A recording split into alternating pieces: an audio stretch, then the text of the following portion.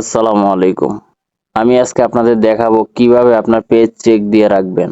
কোন কোন অপশনগুলো চেক দিলে যদি সমস্যা থাকে সেগুলো দেখা যাবে এবং যদি সমস্যা না থাকে সেগুলোও দেখা যাবে।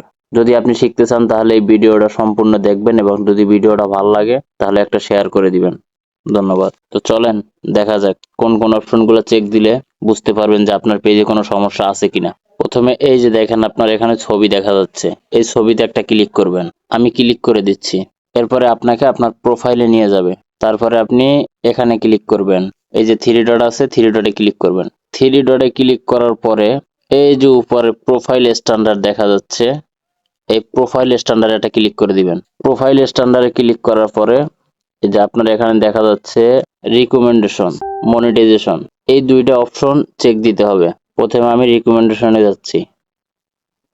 দেখেন এখানে যদি এই রকমের থাকে তাহলে ঠিক আছে, আপনার এখানে কোনো প্রবলেম নাই। আর যদি আপনার এই জায়গায় সমস্যা থাকে তাহলে কিন্তু এই যে অপশনটা দেখা যাচ্ছে, এখানে কিছু স্টার চিহ্ন দেখা যাচ্ছে, তারপরে আপনার এই যে এটা দেখা যাচ্ছে বা এই যে স্টার দেখা যাচ্ছে, এগুলো মনে করেন যে সাদা কালার হয়ে যাবে। যদি সাদা কালো থাকে তাহলে বুঝবেন যে আপনার যে কোনো সমস্যা আছে আপনার প্রোফাইলে। তো এটা তো দেখলেন। পরে মনিটাইজেশনে ঢুকবেন। সেই মনিটাইজেশনে কিন্তু সেম একই, যদি এভাবে থাকে আর যদি এই লেখাটা এই সেম সিস্টেমে লেখা থাকে তাহলে বুঝবেন যে আপনার এই লেখাটা যদি সেম সিস্টেমে লেখা থাকে তাহলে বুঝবেন যে আপনার প্রোফাইল ঠিক আছে, এখানে কোনো সমস্যা নাই বা এখানে কোনো প্রবলেম নাই। চলেন এবার আর একটা চেক দেই। এখান থেকে ব্যাগে যাব, ব্যাগে গেলাম, আবারও ব্যাগে যাব, আবারও ব্যাগে যাব। এরপরে এখানে ক্লিক করব। এখানে ক্লিক করার পরে এই যে সাপোর্ট ইনবক্স দেখা যাচ্ছে, এই সাপোর্ট ইনবক্সে ক্লিক করব।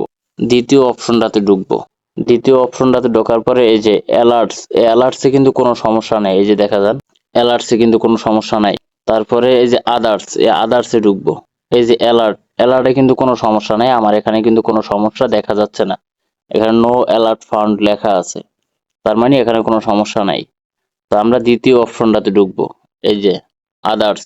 এরপরে আদার্সে ঢুকলাম। যদি আপনার এখানে কোনো সমস্যা থাকে এখানে দেখা যাবে, যেমন আমার এটা দেখা যাচ্ছে যে প্রোফাইলের নাম চেঞ্জ করছি যার কারণে আমার এই ইস্যুটা এখানে আসছে।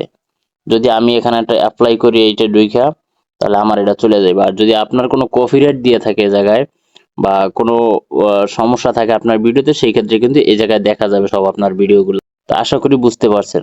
চলেন এখান থেকে ব্যাকে যাই। তৃতীয় অপশন, আপনার ছবিতে ক্লিক করবেন। আবার ছবিতে ক্লিক করার পরে এই যে রিলস অপশন দেখা যাচ্ছে, এই রিলসে ঢুকবেন। রিলসে ঢোকার পরে এই যে এখানে দেখা যাচ্ছে এই যে স্পিকার দেখা যাচ্ছে, এই স্পিকারে ঢুকবেন।